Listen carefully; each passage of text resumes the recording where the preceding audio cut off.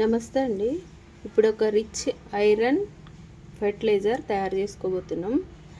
ఇది ఎలా తయారు చేయాలో ఇప్పుడు చూపిస్తాను. నేను Kalpana. Welcome to Kalpana garden blogs. దీనికి కావాల్సినవి పచ్చి బనానాలు అంటే కూర అరటికాయలు.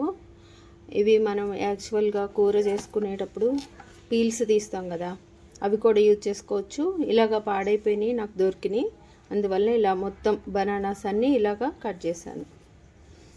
యాక్చువల్ మనం పండిన బనానా తొక్కలతో మనం ఫ్రూట్ పర్మెంటెడ్ జ్యూస్, బనానాస్తో పర్మెంటెడ్ జ్యూస్, తొక్కలతో బనానా పీల్ ఫెర్టిలైజర్ అనేవి తయారు చేసుకుంటాము. ఈ కూర అరటికాయలు అయితే తొక్కలు తీసి మనం పౌడర్ చేసి సాయిల్లో మిక్స్ చేయొచ్చు, లేకపోతే మనం కంపోస్ట్లో యూజ్ చేస్తాము. కానీ ఇలా లిక్విడ్ ఫెర్టిలైజర్ తయారు చేస్తే దీనిలో చాలా రిచ్ ఐరన్ ఉంటుంది. అంతేకాకుండా పొటాషియం, ఫాస్ఫరస్ అన్నీ ఉంటాయి కాబట్టి ఇది మన ప్లాంట్స్కి ఎంతో ఉపయోగపడుతుంది. మనం ఇప్పుడు ఈ కట్ చేసిన బనానాస్ని ఇలా వాటర్లో వేస్తున్నాం.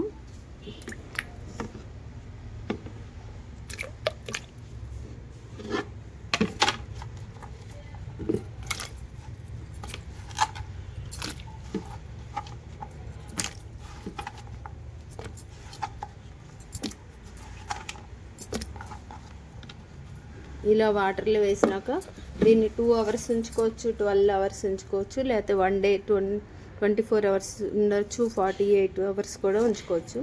దీన్ని తర్వాత మనం వడగట్టి సాయిల్కి అప్లై చేద్దాం.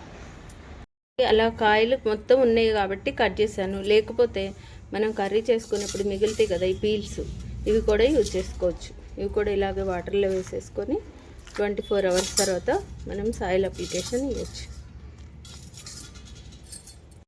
బనానాస్ 24 గంటలు నానబెట్టాము. ఇప్పుడు ఇవి మనం వడపోసుకొని మనం సాయిల్కి అప్లై చేయొచ్చు. ఇదిగోండి, అలాగే వాటి పీల్స్ ఇలా కూడా యూజ్ చేసుకోవచ్చు. బనానాస్ ఉంటే బనానాస్ యూజ్ చేసుకోవచ్చు, లేకపోతే మనం కర్రీ చేసుకున్నాక మిగిలిన పీల్స్ కూడా ఇలా చేసుకోవచ్చు. దీనిలో రిచ్ ఐరన్ ఉంటుంది. ఇప్పుడు ఇది మనం ఇలా వడపోసుకుందాం.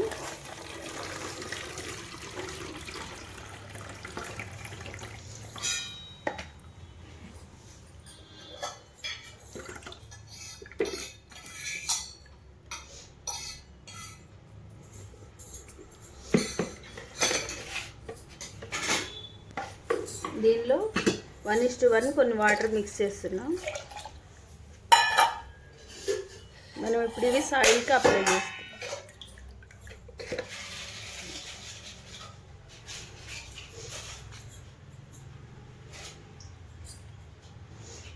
ఇలా మనం ఏ ఫ్లవర్ ప్లాంట్స్ అయినా, వెజిటబుల్ ప్లాంట్స్ అయినా, ఏవైనా ఇలా యూజ్ చేసుకోవచ్చు. Thank you. Happy gardening.